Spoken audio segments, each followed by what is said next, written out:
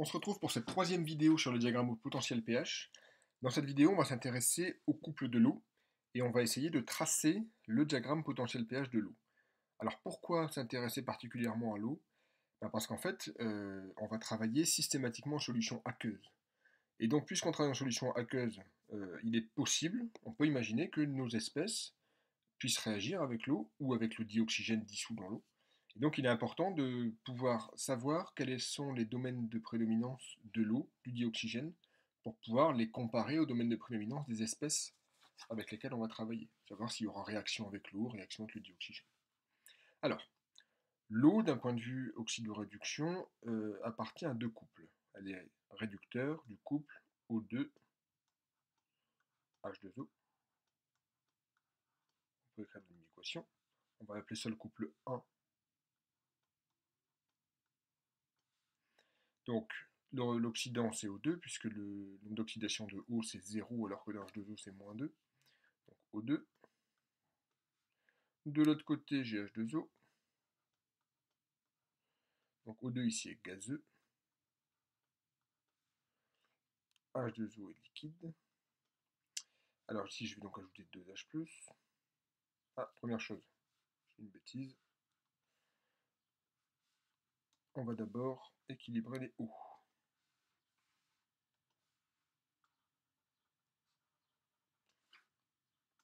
Donc il faut 2 H2O. Donc 4 H+, donc 4 électrons. Second couple, alors c'est le couple H2O, H2, même si on va voir rapidement que c'est pas tout à fait sous cette forme qu'on va l'écrire.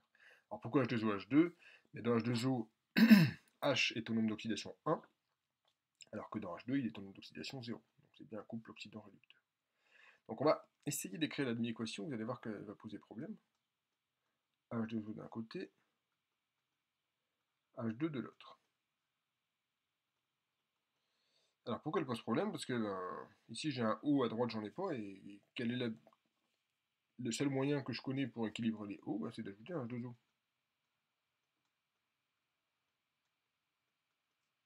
Donc là je me retrouve avec 4H et ici 2H, donc 2H+, et 2 électrons.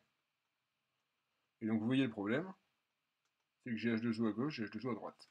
Donc en fait cette demi-équation, on peut l'écrire tout simplement 2H+, plus 2 électrons égale H2.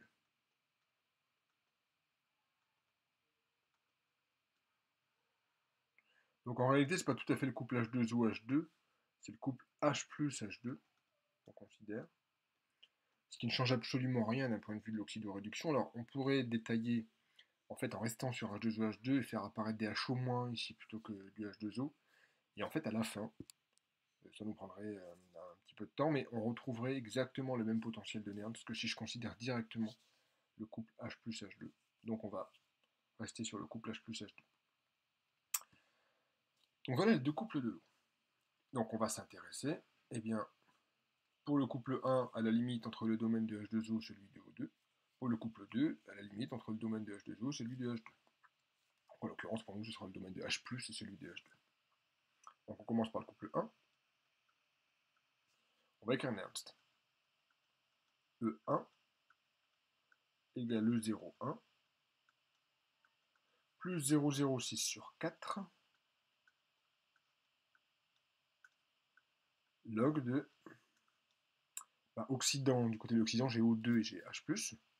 Donc activité de O2, pour l'instant je vais mettre activité, fois activité de H+, puissance 4,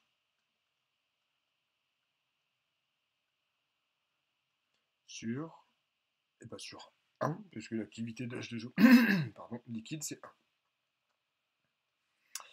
Alors, activité d'H+, puissance 4, c'est la concentration d'H+. Le puissance 4, je le passe devant, et en fait, je fais directement apparaître le pH.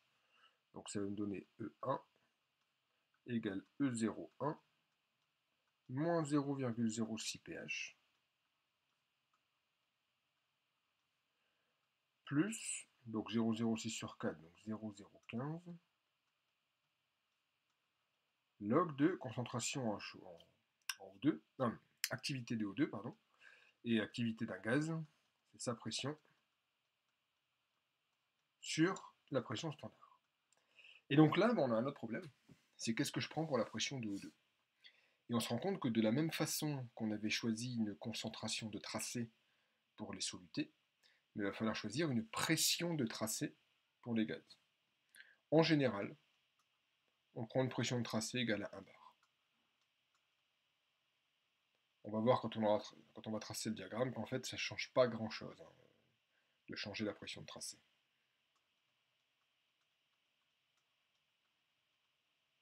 Donc la pression de tracé, ça va être la pression totale du système lorsque je suis sur une frontière. Donc la somme des pressions partielles de tous les gaz sur une frontière. Bah, sur cette frontière, il n'y a que PO2. Donc PO2 égale pression de tracé à 1 bar, et donc le log vaut 0. Et donc je me retrouve avec E1 égale E01 moins 0,06 pH. Alors, sachant que le E01, c'est 1,23 volts. Donc ce qu'on va faire, c'est qu'on va commencer à tracer le diagramme EPH, à droite, là. Voilà. On va le compléter au fur et à mesure.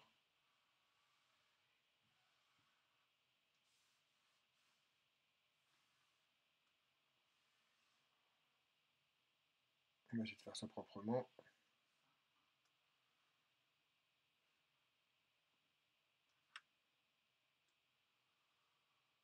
Dans mes deux axes.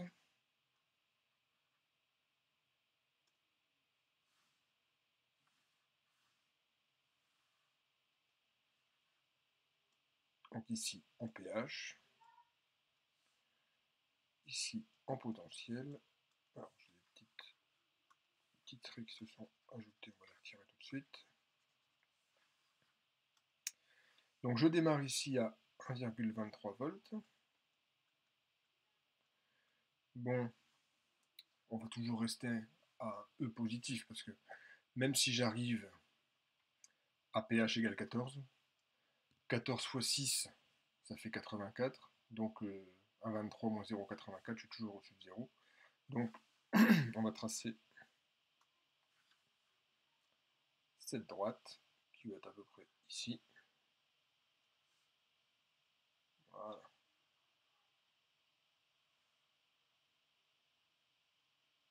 Il faut aussi vu quand même que ici c'est un 23 volts. Donc là j'ai le domaine de prédominance de O2. Ici, celui de H2O. Alors on avait dit juste avant que pression de tracé à 1 bar, ça ne changeait pas grand chose si je prenais une pression différente. Alors regardons. Imaginons que j'ai pris non pas 1 bar, mais 0,1 bar. Ce qui est plus proche de la réalité, notez. Parce que la pression partielle de dioxygène, c'est 20% de la pression atmosphérique, donc c'est plutôt du 0,2 bar. Bah dans le log, donc je prends 0,1 histoire de faire le calcul en ordre de grandeur. Dans le log, j'aurai eu log de 0,1. Log de 0,1, ça fait moins 1. Donc moins 1 fois 0,015. Donc en fait, ma courbe, ma droite ici, aurait été décalée de 0,015 volts vers le bas.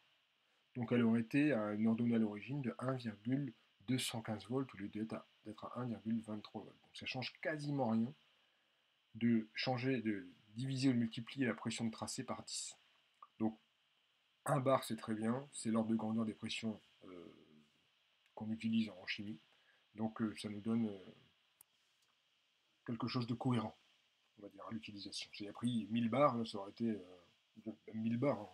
Le log, il aurait valu 3, ça n'aurait pas décalé énormément la courbe, mais on aurait commencé à quitter la réalité. Un bar, c'est proche de la réalité, donc il n'y a pas de souci. Ce diagramme est tout à fait juste. Maintenant, on s'intéresse au second couple, c'est-à-dire H plus H2. J'écris Nernst. E2 égale 0,2 plus 0,06 sur 2 fois le log de ma concentration d'H plus au carré divisé par l'activité de H2, c'est-à-dire P de H2 sur P0. Et là, la même chose. La seule espèce gazeuse, c'est H2. Convention de tracé, pression de tracé égale 1 bar, donc pression de H2 égale 1 bar.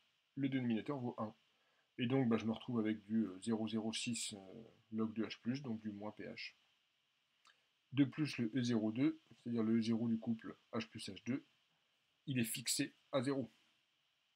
C'est le potentiel standard de référence. Rappelez-vous, on avait dit que l'électrode standard à hydrogène, c'est celle qui fixait l'origine des potentiels. Donc en fait, le E02 vaut 0 volts. Donc je me retrouve avec E2 égale tout simplement moins 0,06 pH.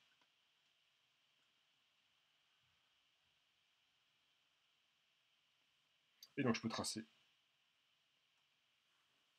la seconde droite, ici.